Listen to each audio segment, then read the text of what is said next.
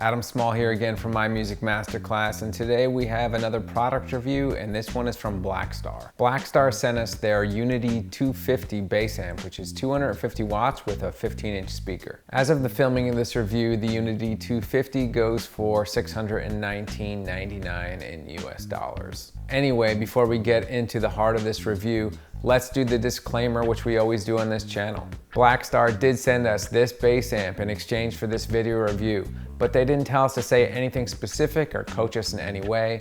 All of our reviews are always unbiased on this channel. So the Unity 250 weighs in at about 42 pounds, and in my opinion, that's not too much considering the fact that this is a 250 watt amp. Housed in the cabinet, you have one Eminence Opus 15-inch speaker. And if you look at the top and the back of this amp, you'll see that there are a lot of features, like I said. So let's start with the top. Over here, you see we have the input. That's obvious. That's where you plug in your bass. Under here, we have a pad of 10 dB if you have an active bass that's gonna distort your preamp. This is a gain knob, you know what that does. And over here, you have your master. In the middle, you have a parametric EQ. Now this switch here is a voice select. So you can select between 3 different preamp voices. You have classic, modern, and flat. Now down here you have another switch, and this is for drive settings. You either can switch between a regular overdrive, like an amp overdrive, distortion, which is kind of like a distortion pedal that you get, and a fuzz. Now all this drive knob does is set the amount of drive you want into your signal. So these are the power stage options, and we'll test these out obviously. So linear should be pretty articulate. The 6L6 should model a 6L6 power stage, and the 6550 should model the 6550 power stage. All of these should have different characteristics because of course the 6L6 and 6550 are emulations based on tube style amplifiers. So this compressor level knob actually controls the overall amount of compression by adjusting the threshold, attack and release, and makeup gain simultaneously. Lastly, you have some effects. This is an effect switch. This is no effects. Then you have an optional chorus you can put on, and you have an octaver that you can also use too. Now on the back panel, we have even more stuff. So let's start with where we left off, the effects. On the back, we can control how much chorus you want in your signal. There's a knob. There's also an octave knob, which blends more or less octaver into your signal. What else do we have in the back? Well, we have the power switch, the input for the power cable, the foot switch input, an MP3 line in, a USB port, which is actually pretty interesting, and I'm gonna stop right here and explain that. If you plug this USB cable from the amp into your computer, it'll actually open as a sound card in your software. And in your DAW, you'll have options for 4 inputs. Now, inputs 1 and 2 are part of a stereo pair, a stereo left and right, that are fully emulated, meaning that what you hear out of the amp and all the things you're doing with your preamp and effects, that'll all come through the signal, even the speaker simulation. Channel 3 is a preamp out, but without the cabinet emulation or the effects. Lastly, you have channel 4, which is just a DI, meaning that it is your bass signal passing through this without being colored by the amp itself. And another interesting feature with this USB is that you can play sounds from your computer with the amp, so it can go the other way. In this case, channels 1 and 2 would be for backing tracks or monitoring something from your computer on your amp, while channel 3 would be for reamping an unprocessed bass signal from your computer. Moving on, we have a headphone output, a line level knob. So that knob affects the XLR line out, the USB out that I just spoke of, and the headphone output. And of course, you have a regular XLR for DI as well. There is a switch though going in between DI, which would be completely unprocessed, and an emulated output. And this only affects the XLR out and the headphone mix. There's also a ground lift, an effects send, and effects return if you need them. And lastly, you have a cabinet link XLR, meaning that you can connect this amp to another powered Blackstar 250 watt speaker, and I think you can do it multiple times, it says. This 2-way foot switch comes with the unit, but you can get an optional 5-switch version through Blackstar that can control more. But this controls 2 things. You can turn your drive channel on or off, so if you set drive amount. Also the effects that are built in, the chorus and octaver, you can turn them on and off with this pedal. All right, thanks for sticking with me through all the specs. This amp does a lot, and I had to say it all because it's a review. Now let's get to some playing and seeing how this reacts. What I did is I mic'd it with a Sennheiser 421, so it's on the 15-inch speaker. Also, I'm using the DI out of the back, the XLR DI, not the USB one. And I'm using the emulated output so you can hear the preamp and, basically the process signal of anything that goes on in here. So let's check out the different preamp types here. Right now I'm starting with flat, so let's just see what flat sounds like with the EQ completely centered.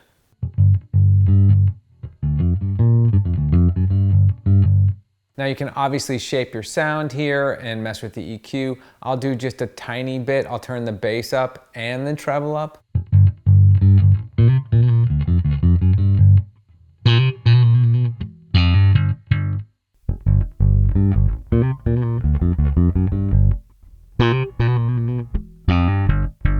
But now let's compare some of these different preamp models. Let's go to classic and see what that sounds like. While we're here, let's sweep the mid-range and find a mid-range frequency that we want to push or cut. So the best way that I found to do this is you crank the mid-range and find out where it is.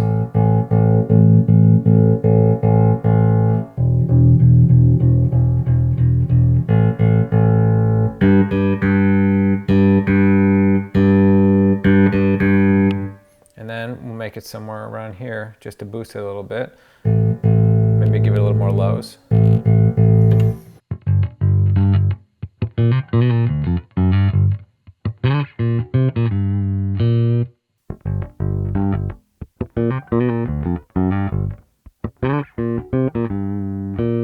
Now before we get to the modern preamp setting, let's see what happens if we start messing with the power amp options.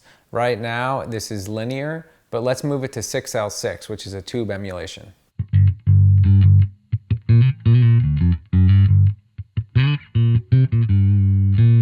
Now you can clearly hear the difference between the linear and the 6L6 tube emulation, right? Again, this is the 6L6. Now let's turn it back to linear.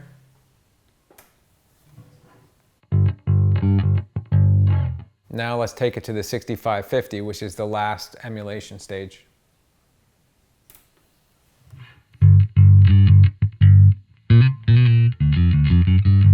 Again, that's super different, and we'll get into that in a minute. But right now, let's put it back onto the 6L6 power stage. And I'm gonna mess with the gain and just see if I can get a different sound by turning the gain all the way up and the master down a little bit. So here's gain on 10 with the classic preamp and the 6L6 power tubes.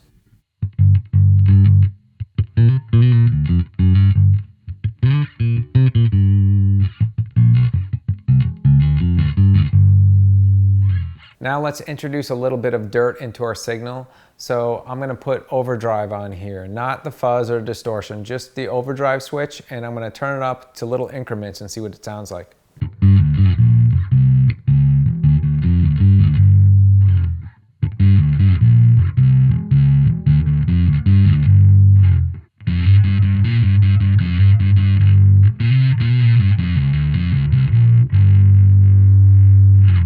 Let's change this to the distortion setting, but we'll just do this at 50% right away.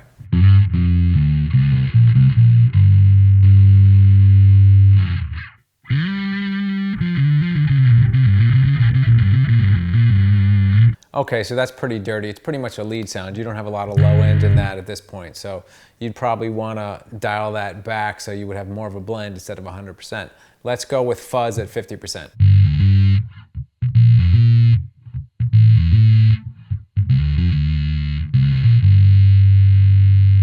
So let's change this back to linear.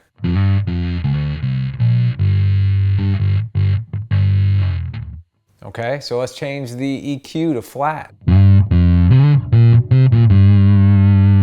Completely different, right? So there are so many options. I can't do them all, but I'm just trying to show you what it's capable of. But let's change this to the 6550 power amp stage and see what it sounds like. Again, this is where we are.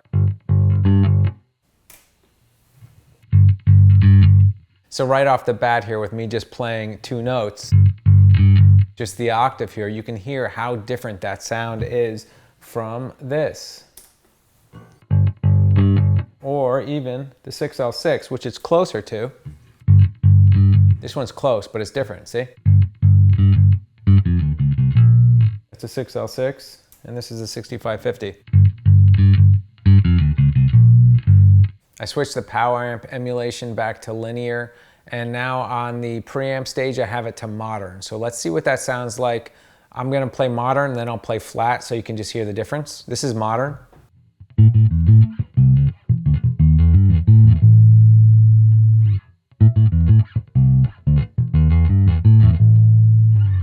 All right, cool. Let's change this to the 6L6 power amp model and see how much different it sounds.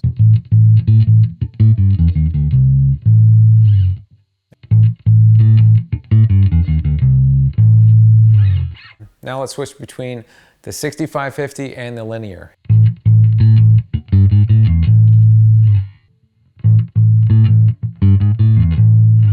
Or you might play with the pick, which adds a whole different type of attack. Now this sounds like this with fingerstyle.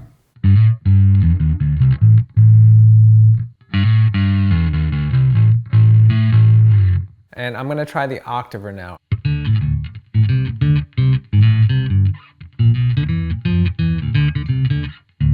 Cool, so obviously I can adjust the blend, like I said, in the back and make the octave lower in the signal or higher. For now, we're just gonna go right to the chorus and just check out the chorus settings.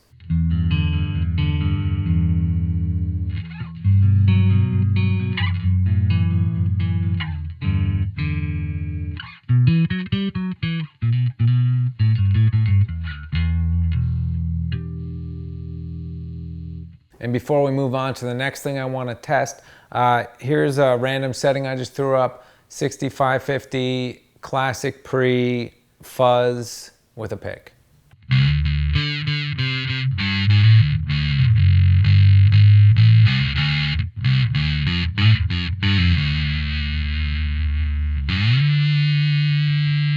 I want to connect this amp to my computer and use all 4 of the inputs in my DAW to record all of them simultaneously.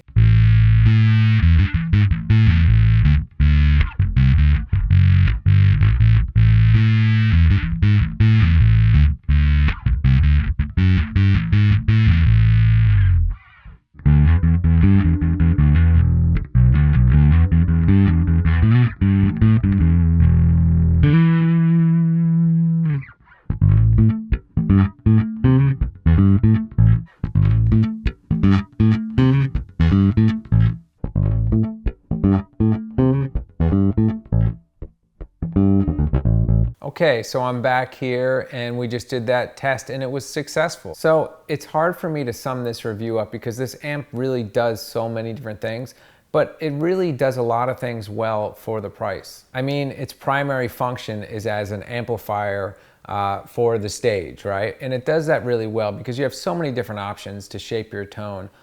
You also have the included foot switch, so you can get 2 different channels for your drive and also for the included effects. I definitely like all the variety and all the options between the preamp, the power amp options, and just the EQ, the semi-parametric EQ. This 15-inch speaker is really able to handle a lot. I have some of my effects on the floor that aren't in the amp, and you'll hear that this thing sounds cool, you know, with my normal effects too.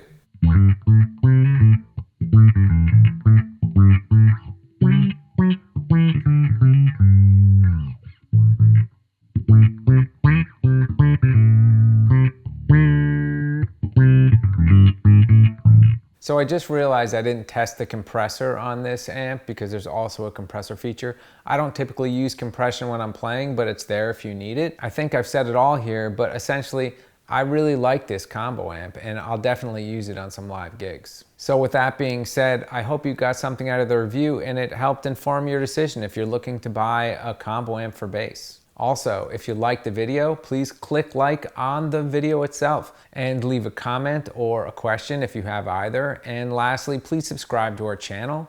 We need more subscribers. That's it for today. We'll see you on the next one.